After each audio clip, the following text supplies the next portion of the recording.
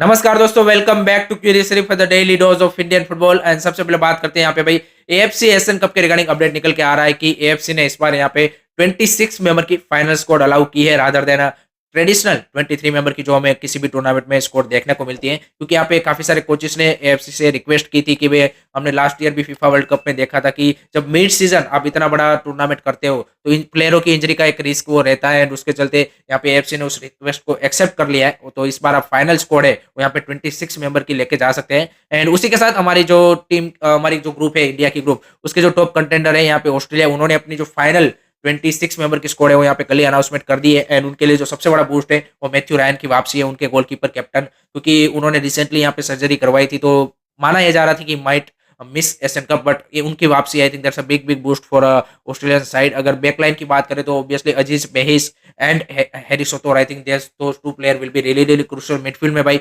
Jackson Irwin का जो experience है आई थिंक वो हमारे लिए डेंजरस बन सकता है। एंड फ्रंट लाइन में मैथ्यू डूक, आई थिंक दो सारे दी प्लेयर की जो एक्सपीरियंस भी है, काफी अच्छा खेल भी रहे हैं। एंड हमारे लिए को क्या बोलते हैं कि सिरदर्द बन सकते हैं। एंड उसके अलावा यहाँ पे एक इंटरेस्टिंग चीज ये भी है कि यहाँ पे जो आईएसएल में जितने भी ए लीग के प्लेयर खेलते हैं उसमें से किसी को भी इस स्क्वाड में जगह नहीं मिली है। So that's a disappointing thing for them. And particularly जैसन क्यूमिक्स जो मतलब वर्ल्ड कप का हिस्सा थे, लेकिन पिछले एक साल में जिस तरह से उसका फॉर्म भी जो भी बोले आप वो डिटोरेट हुआ है, उसके चलते उन्होंने अपनी नेशनल साइड से अपनी जगह गवा दी है। So that's a disappointing thing for him.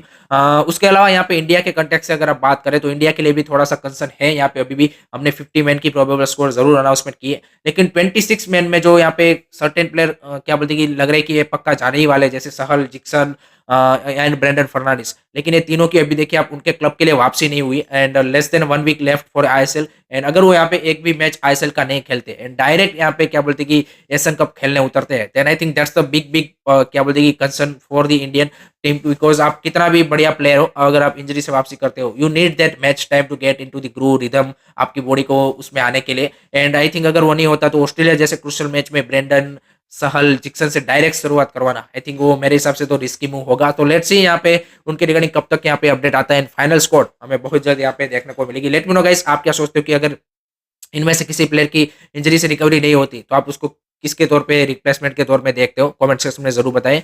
उसके बाद बात करते हैं भाई यहाँ पे दिसंबर मंथ की जो फीफा की रैंकिंग है वो भी कल ही यहाँ पे अनाउंसमेंट हुई है। एंड इंडिया यहाँ पे 102 पोजीशन पे कायम बना हुआ है। सो इंडिया की पोजीशन यहाँ पे चेंज नहीं हुई है। एंड जो ये एफसी एशियन कप आने वाला है वो काफी क्रुशियल रहेगा। वहाँ पे अगर इंडिया ने परफॉर्मेंस अच्छा दिया तो फीफा रैंकिंग में भी हमें काफी ज्यादा बढ़ोतरी मिल सकती है, क्योंकि most of the Asian side वहाँ पे खेल रही है। सो यहाँ पे क्या बोलते हैं कि आपके लिए एक डायरेक्ट एडवांटेज भी बन सकता है, डायरेक्ट डिसएडवांटेज भी बन सकता है। तो हम स्लिप अप भी कर सकते हैं एंड ऊपर भी जा सकते हैं। तो लेट्स सी यहाँ पे at the end of the क्या बोलते हैं कि जनवरी और आफ्टर द एशियन कप हमारी जो फीफा रैंकिंग है वो क्या देखने को मिलती है। उसके बाद बात करते हैं यहाँ पे भाई आईएसएल के बारे में। तो भाई आईएसएल में कल भाई बेहतरीन तरीके से भाई जमशेदपुर एफसी ने वन साइडेड यहाँ पे अवे में भाई हैदराबाद एफसी को हरा दिया है with the 5-0 score line. And Shiva चुकू भाई जो फाइनली उनसे मिसिंग था वो उन्होंने इस बार डिलीवर किया है with hat trick and that bicycle goal. I think that was a brilliant brilliant goal. And कल भाई देखिए जमशेदपुर एफसी जो मतलब पूरे सीजन से जो करते आ रहे थे पिछले 8 9 10 मैचेस से, वो कल आई थिंक जो सारी चीज आप बोल सकते हैं कि उनके फेवर में गई या फिर कंप्लीट हुई। मंजारो का परफॉर्मेंस आप देख लीजिए, आप इमरान खान का परफॉर्मेंस देख लीजिए, यहाँ पे बालरा का परफॉर्मेंस आप देख लीजिए, ताचिकावा हैज बीन ब्रिलियंट। तो फ्रंट लाइन में जो एक मिस लग रहा था कि फिनिशिंग टच, आई थिंक वो कल हमें देखने को मिला इन 5-0 की score line. And that's a great great result for them. And उनको इस रिजल्ट के साथ आई थिंक उनको यहाँ पे जो 6 पोजीशन की लड़ाई है उसमें भले ही चाहे अभी वो 10th पोजीशन पे है, लेकिन आप पॉइंट डिफरेंस देखें तो बेंगलुरु एफसी से 1 पॉइंट है। तो आई थिंक उस सेंस में अगर आप देखें तो आई थिंक उनको डाल दिया है। हैदराबाद एफसी की अगर दूसरी साइड हम बात करें तो everything has been going downfall for them and completely कल तो मतलब क्या बोल सकते हैं कि आप फॉल अपार्ट हो गए हो जिस तरह से 5-0 से हारना at the home. I think that's that big big loss for the Hyderabad FC and this is a really really concerning situation for Hyderabad FC to be honest. So let's see आगे किस तरह से वो रिकवर करते हैं। उसके बाद बात करते हैं आज होने वाले इंटरेस्टिंग मुकाबले के बारे में, East Bengal FC versus Odisha FC. And both the teams के लिए यहाँ पे really really important match. Odisha FC की अगर कंटेक्ट से हम बात करें तो यहाँ पे उनके पास चांस है कि वो 3rd पोजीशन पे इस विन के साथ जा सकते हैं। एंड लास्ट मैच हैदराबाद के साथ 3-0 से वो जीत के आ रहे हैं। Sergio Lobera side is in good touch, चाहे वो फॉरेनर्स की बात करें, Rohit Krishna is good touch in good touch, यहाँ पे डेलगाडो, मोर्तादा फॉल तो भाई गोल मार ही रहा है, एमएच चाहू तो भाई अपने वर्ल्ड क्लास फॉर्म में चल रहा है। अगर इंडियन प्लेयर की बात करें, Amey Ranawade looking good, Puitea is doing really well, Isak Jerry. तो I think lots of positive for you can say कि Sergio Oliveira, and they must win this game, they are going as a favourite for me. I think जिस तरह की form और rhythm के साथ आ रहे हैं, एंड ईस्ट बंगाल के लिए भी I think high on confidence वो भी होंगे, क्योंकि अवे में मुंबई सिटी के सामने ड्रॉ करना, I think that's a big result for East Bengal, and वो भी अगर ये मैच जीतते हैं देन वो चेन्नई एफसी के ऊपर जाके 6 पोजीशन पे आ सकते हैं। सो कार्लोस गुजरात के लिए भी बड़ा मैच है, एंड डिफेंसिवली लास्ट मैच में उन्होंने दिखाया मुंबई सिटी के सामने कि they can defend very well, and particularly जो मतलब हेजिजी का परफॉर्मेंस था, I think brilliant performance. So interesting रहेगा कि किस तरह से कार्लोस गुजरात की इस मैच में टैक्टिक्स रहती है। I think that will be really interesting to see, and home पे खेल रहे, क्राउड का सपोर्ट होगा, everything will be in their favor. But I think I am expecting a really close match. And as Odisha FC is there and Sergio Oliveira's attacking football style is there, I think I'm expecting a 2-1 scoreline in favor of Odisha FC. Let me know guys, आप क्या prediction है comment section में जरूर बताइए। उसके बाद बात करते हैं यहाँ पे भाई, जो क्या बोलते हैं आई लीग 3 है उसके प्लेऑफ का आज से आगाज होने जा रहा है, एंड गोवा में ये खेला जाएगा 1 वीक का टूर्नामेंट, जिसमें 5 क्लब पार्टिसिपेट करेंगे। सिंगल लेग यहाँ पे राउंड रॉबिन फॉर्मेट में खेलेंगे, एंड जो भी टॉप 3 टीम बनेगी आफ्टर दी 1 वीक यहाँ पे उसको यहाँ पे आई लीग 2 में प्रमोशन मिलेगा। क्लासा एफसी फ्रॉम मणिपुर यहाँ पे पार्टिसिपेट कर रही है, they are looking really good. यहाँ पे केरला यूनाइटेड फ्रॉम केरला वो भी है यहाँ पे, जिन्होंने बेहतरीन परफॉर्मेंस दिया है।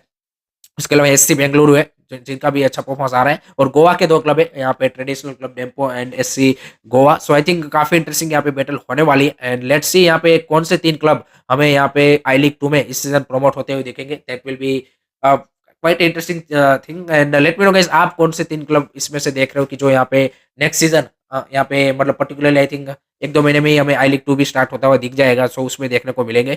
उसके बाद लास्ट में बात करते हैं यहाँ पे भाई, रशियन फुटबॉल फेडरेशन ने यहाँ पे भाई जो एएफसी में जुड़ने की बात आ रही थी उसको यहाँ पे उन्होंने खारिज कर दिया है, और उन्होंने फेवर किया है इन दी यूएफए, एंड वो यूएफए में ही रहना चाहते हैं। जो वोट हुआ वहाँ पे रशियन फुटबॉल एसोसिएशन का, वहाँ पे यूनानिमसली यहाँ पे डिसीजन लिया गया कि they will remain in the UEFA, and थोड़ा सा यूएफए एंड फीफा का भी अभी भी स्टांस आप बोल सकते हैं कि थोड़ा सॉफ्ट होता जा रहा है। सो मोस्ट प्रोबेबली यहाँ पे कुछ टाइम के बाद देन उनको यहाँ पे उनके जो कंपटीशन है फीफा के एंड यूएफए के उसमें अलाउ कर दिया जाएगा। फीफा के आई थिंक ऑलरेडी जो अंडर 17 गर्ल्स और वो सब है उसमें फीफा ने उनको अलाउ किया था। सो फीफा की ओर से तो वो क्या बोलते हैं कि वो स्टार्ट हो चुका है, एंड मोस्ट प्रोबेबली यहाँ पे यूएफए भी बहुत जल्द रशिया को अलाउ कर देगा। सो अगर वो एशियन फुटबॉल फेडरेशन में आता तो डेफिनेटली एक बड़ी बात होती, बट उन्होंने यहाँ पे उसी के साथ कंटिन्यू करने का सोचा है। So that's it from my side guys regarding today's Indian football news. I hope कि आपको वीडियो पसंद आया हो। Keep supporting Indian football, don't forget to like से सब्सक्राइब योर सरी। जय हिंद, जय भारत।